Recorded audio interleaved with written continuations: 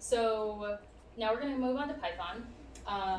Python, as I'm sure you're all aware, is a programming language. Does everybody have it downloaded? Mm-hmm. Cool, okay. If not, I would recommend downloading it from Anaconda. So Python is super powerful and you can use it for a lot of different things.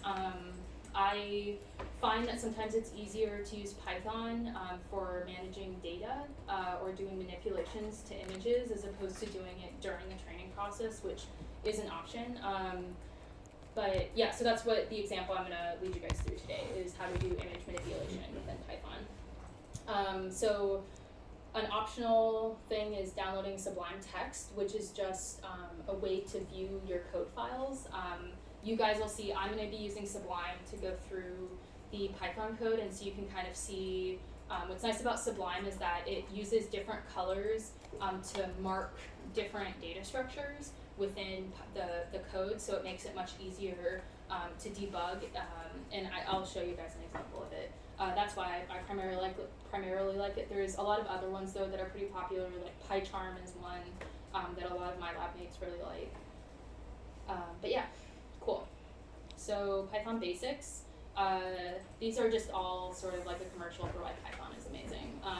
There's a lot of different data types that are available: numbers, floats, floating point integers, lists, and dictionaries are both data structures.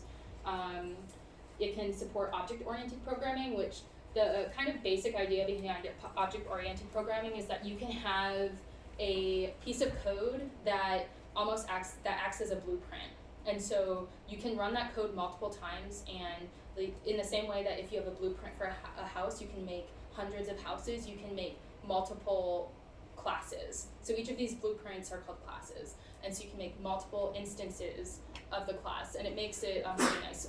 More often than not, different, if you're working with a lot of different neural networks so for like GANs, for example, where there's two neural networks, typically classes will be used to define each neural network, and then instances will be created for generators versus discriminators and stuff like that.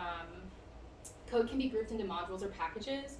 So modules, I'm going to be going into this in more detail in the example, but modules and packages will give you access to a lot of different functions, and there's a lot of modules and packages or Python libraries that are out there.